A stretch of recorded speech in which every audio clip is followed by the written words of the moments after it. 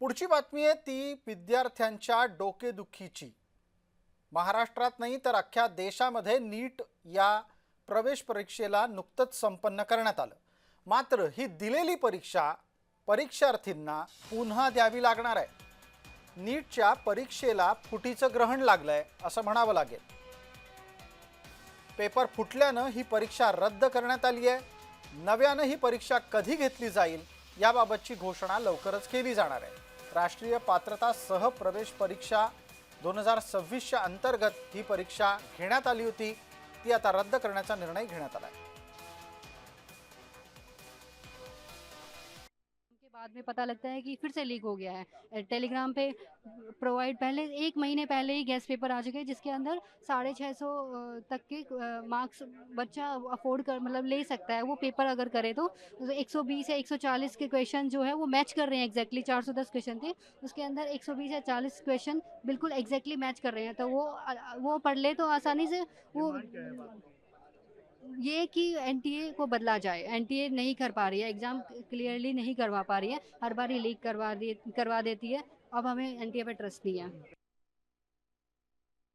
जो पिछली बार भी पेपर लीक हुआ था, उस समय भी एनएसयूआई पूरे देश के अंदर सड़कों पे थी और पेपर को कैंसिल करवाया। अब की बार पूरे देश की एनएसयूआई पूरा ये कहीं ना कहीं पिछले 2-3 दिन से भारतीय राष्ट्रीय छात्र संगठन एनएसयूआई और कांग्रेस ये सड़कों पे थी, इसलिए सरकार को दबाव में आके और आम छात्र जो कहीं ना कहीं अपने मेहनत से अपने गुजारिश से वो मेहनत करता है और लास्ट में जो पेपर दे के आता है उसको ये लगता है कि पेपर तो लीक हो गया, पेपर कैंसिल हो गया, तो उस पर क्या गुजरती है। ये कहीं ना कहीं सरकार अपनी नाकामी छुपा रही है और आने वाले समय में इसको सरकार जवाब देगी।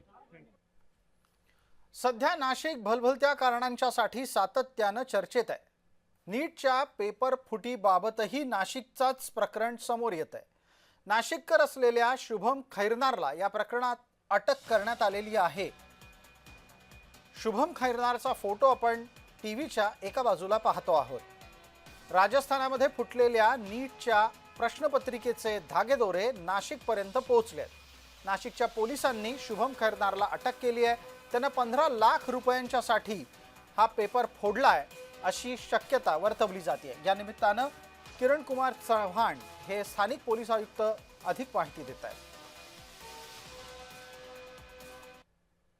Nashik police crime branch unit 2 ने एक व्यक्ति को हिरासत में लिया है।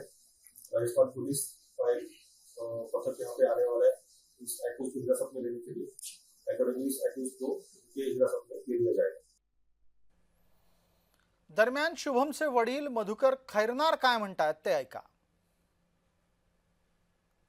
नाही, त्याचा याच्याशी काही संबंध असू शकत नाही, कारण तो 6 महिन्यापासून नाशिकला आहे प्रॅक्टिसला आणि आपण त्याला दर महिन्याला मासिकीतून खर्च पाठवतो आणि त्याचा या प्रकरणाशी काही संबंध असू शकत नाही। आणि जी काही चौकशी असेल ती शासनाने कायद्यानुसार ती करावी। लीक झाला ते आरोप तो होणारच आहे आणि काय जी चौकशी असेल ती चौकशी होणारच, पण त्याच्यामध्ये त्याचा काही हात नसावा तसं ते सिद्ध होईलच, पण तो त्याच्यामध्ये निर्दोष सुटणार आहे, तो निर्दोष असणार आहे।